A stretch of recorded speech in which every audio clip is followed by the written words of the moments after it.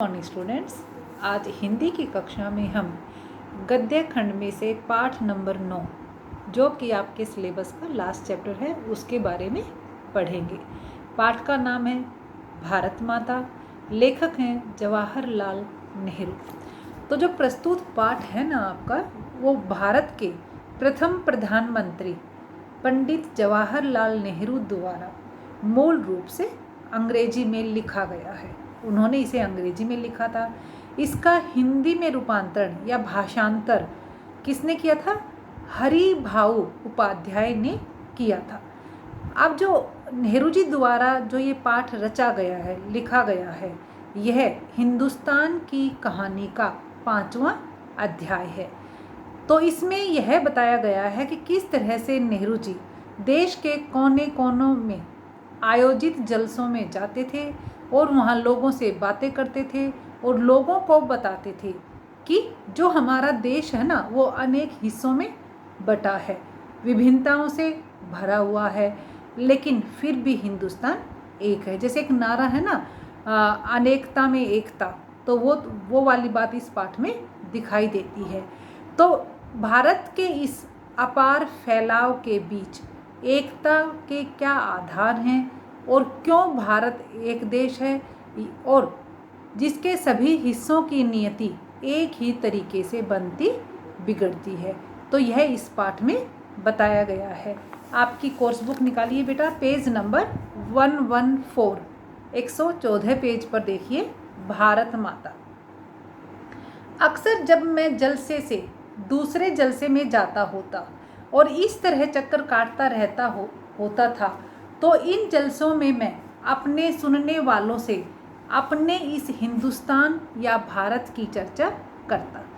इसमें लेखक जवाहरलाल नेहरू जी ने कहा है कि जब मैं एक जलसे से दूसरे जलसे में जाता था और इस तरह से घूमता रहता था, तो इन जलसों में मैं जो मुझे सुनने आते थे, जो श्रोतागण होते थे, उनसे मैं अपने इस हिंदुस्तान या भारत के बारे में बातचीत करता था।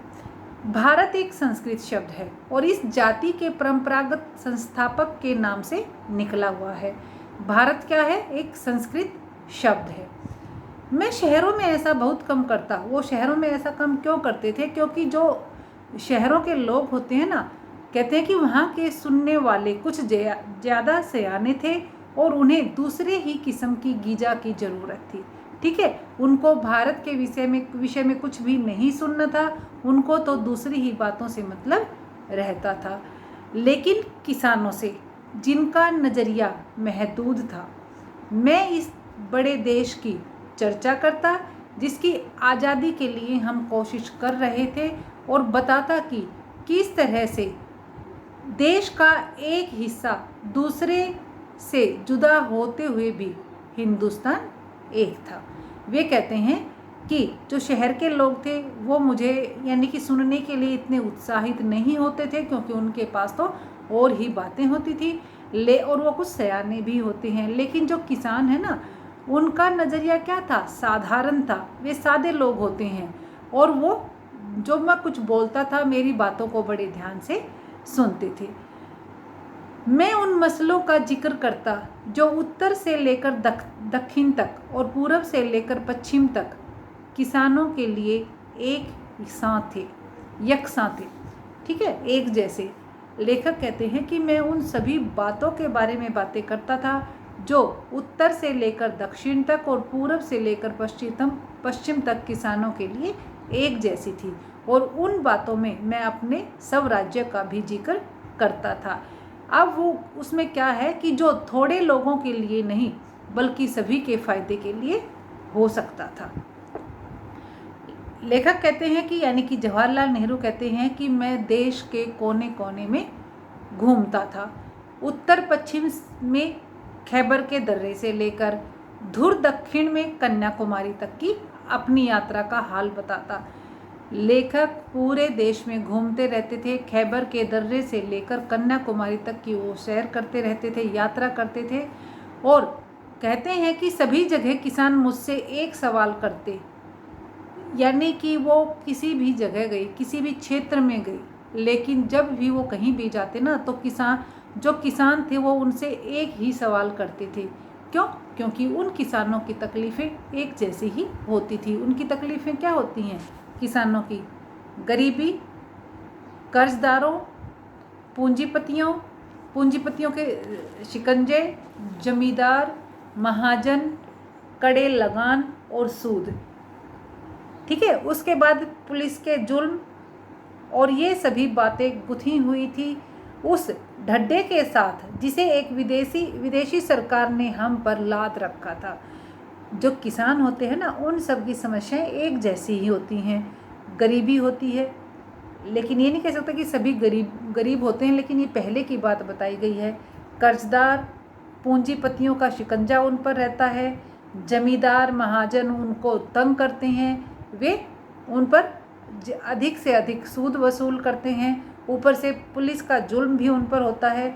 और ये सभी बातें तो देखी जाएं, ये तो सब आपस में जुड़ी हुई थी, लेकिन जो विदेशी सरकार थी ना, अंग्रेजी सरकार, उसने भी किसानों को नहीं छोड़ा था। मैंने इस बात की कोशिश की कि सारे लोग हिंदुस्तान के बारे में सोचें और कुछ हद तक इस बड़ी दुनिया के बारे में भी जिसमें हम एकजुट हैं। लेखक कहते हैं कि मैं चाहता था कि सभी लोग भारत के बारे में ही बातें करें। फिर उन्होंने अपनी बातचीत में विदेशों के बारे में भी बताया है। चीन, स्पेन, अबिसिनिया, मध्य यूरोप, मिस्र और पश्चिमी एशिया में होने वाले कशों का जिक्र भी उन्होंने किया है। उन्होंने यहाँ पर सारी बातों को बताया है। उन्होंने एक तरह से उपदेश दिया है और ये भी बताया है कि उन्होंने ना क्या किया कि एक तो उपदेशात्मक शैली नहीं अपनाई, उन्होंने सामान्य बोलचाल की भाषा में भारत के जन सामान्य से बातचीत की है। वे ऐसे ही किसी से मतलब यूँ नहीं कि अपनी बातों को किसी पर थोपते थे। उन्होंने जन साधारण को, यानी कि आम लोगों को, किसानों को मिलकर रहने के लिए भी कहा था कि हमें सबको मिलजुल कर रहना चाहिए। पेज नंबर 115 पर आ जाइए। मैं उन्हें सोवियत यूनियन में होने वाली अचरज भरी तब्दीलियों का हाल भी बताता और कहता कि अमेरिका ने कैसी तरक्की की है। हिंदी में यहाँ अमेरिका लिखा हुआ है, वैसे आप अमेरिका बोलते हो, ठीक है, रे को छोटी की मात्रा आ जाती है। तो लेखक ने उनको सोवियत यूनियन में होने वाली हैरानी से भरी बातों के बारे में भी बताया था कि वहाँ पर परिवर्तन होते रहते हैं, और यह भी बताया कि किस तरह से जो अमेरिका है वह दिन रात प्रगति के पथ पर चला हुआ है। यह काम आसान न था, लेकिन जैसा मैंने समझ रखा था वैसा मुश्किल भी न था। लेखक कहते हैं कि मानता हूँ कि यह काम आसान नहीं था, लेकिन जितना हम सोच लेते हैं ना उतना मुश्किल भी नहीं था। इसकी वजह यह थी कि हमारे पुराने महाकाव्यों ने और पुराणों की कथा कहानियों ने, जिन्हें वे खूब जानते थे, उन्हें इस देश की कल्पना करा दी थी। और हमेशा कुछ ऐसे लोग मिल जाते थे जिन्होंने हमारे बड़े बड़े तीर्थों की यात्रा कर रखी थी, जो हिंदुस्तान के चारों कोनों पर हैं। नेहरू जी जहाँ पर भी लोगों के साथ बातचीत करने के लिए जाते, जलसों में जाते, तो वहाँ पर उनको भिन्न भिन्न प्रकार के लोग मिलते थे, और कुछ लोग ऐसे भी मिल जाते थे जिन्होंने बड़े बड़े तीर्थों की यात्रा कर रखी थी। और तीर्थ स्थान कहाँ हैं? हिंदुस्तान के चारों कोनों में फैले हुए हैं। या हमें पुराने सिपाही मिल जाते जिन्होंने पिछली जंग में या और धावों के सिलसिले में विदेशों में नौकरियां की थी। फिर ये कहते हैं कि हमें कुछ सिपाही भी मिल जाते थे जिन्होंने पिछले युद्ध में भाग लिया था, ठीक है, और कुछ ऐसे भी मिल जाते कि जिन्होंने विदेशों में नौकरी भी की थी। सन 30 के बाद जो आर्थिक मंदी पैदा हुई थी, उसकी वजह से दूसरे मुल्कों के बारे में मेरे हवाले उनकी समझ में आ जाते थे। कहते कि 1930 के बाद जो इकोनॉमिक कंडीशंस, जो आर्थिक मंदी आई थी ना, तो वो जब बताते उसके बारे में नेहरू जी, तो किसानों की समझ में वो आसानी से आ जाती थी। वो किसका उदाहरण देकर बताते थे? दूसरे देशों का उदाहरण देकर बताते थे। कभी बेटा पेज नंबर 115 पर सेकंड पैराग्राफ, कभी ऐसा भी होता कि जब मैं किसी जलसे में पहुंचता तो मेरा स्वागत भारत माता की जय इस नारे के साथ किया जाता। लेखक कहते हैं कि जब मैं किसी जलसे में जाता ना, तो वहाँ पर मेरा स्वागत यानी कि वेलकम कैसे किया जाता है, भारत माता की जय, और इस नारे को सभी जोर से मिलकर बोलते थे।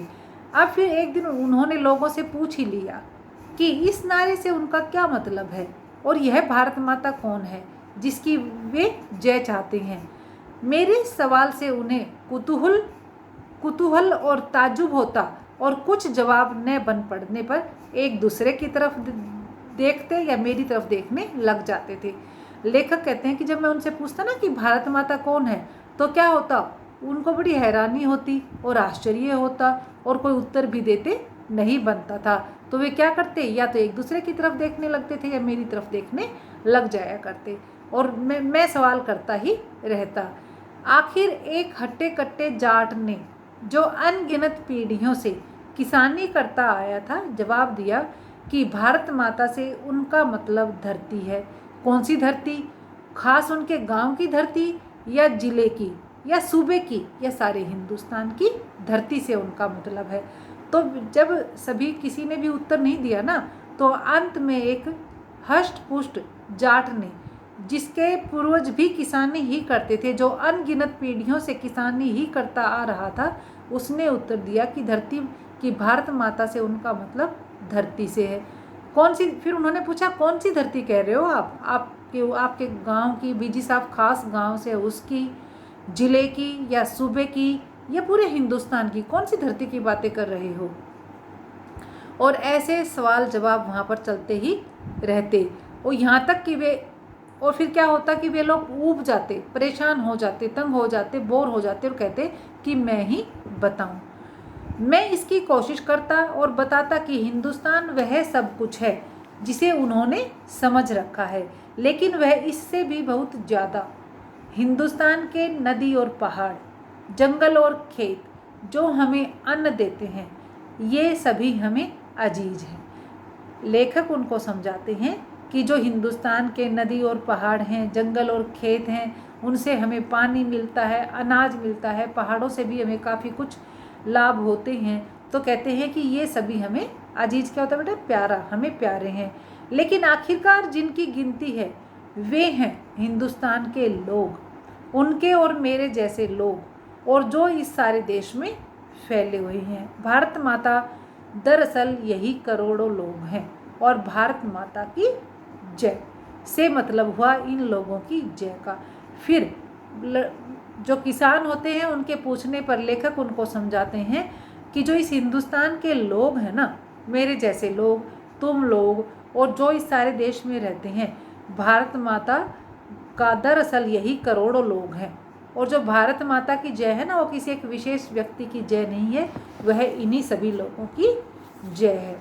नेक्स्ट पेज पर बेटा, पेज नंबर 116। मैं उनसे कहता कि तुम इस भारत माता के अंश हो, एक तरह से तुम ही भारत माता हो।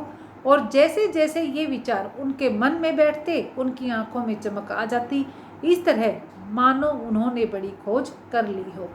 फिर बड़ा अंत में लेखक उनको समझाते हैं कि तुम भारत माता के अंश हो, और इस तरह से तुम ही भारत माता हो। और ये बात जैसे जैसे उनके मन में बैठ जाती ना, वो समझने लग जाते, तो क्या होता, उनकी आंखों में चमक आ जाती, और उनको लगता कि उन्होंने तो न जाने कौन सी बड़ी खोज कर ली है। तो ये तो था आपके पाठ की व्याख्या, आप कह सकते हो। थोड़ा सा मैं और इसमें ऐड करना चाहूँ कि जो ये पाठ है ना, आकार में तो थोड़ा छोटा है, लेकिन जो इसकी विषय वस्तु है वह अत्यंत सटीक और विराट है। कम ही शब्दों में यानी कि काफ़ी कुछ कह दिया गया है। अब इसे प्रस्तुत करने का जो ढंग है वह काफ़ी सरल है, सरलता से सारा बताया गया है, ठीक है। लेकिन फिर भी क्या है, यह अपने आप में काफ़ी अर्थ समेटे हुए है।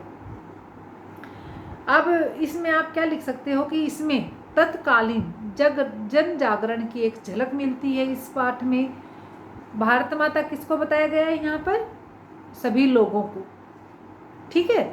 यहाँ पर किसी की जगह या जमीन की जय नहीं होती, इसमें क्या होता है, जो करोड़ों लोग इसमें रहते हैं ना, उन सब की जय होती है। तो ये तो आपकी पाठ की व्याख्या थी। एक बार आप इस पाठ को अच्छे से पढ़ लेना और प्रश्न उत्तर ढूंढने की कोशिश करना।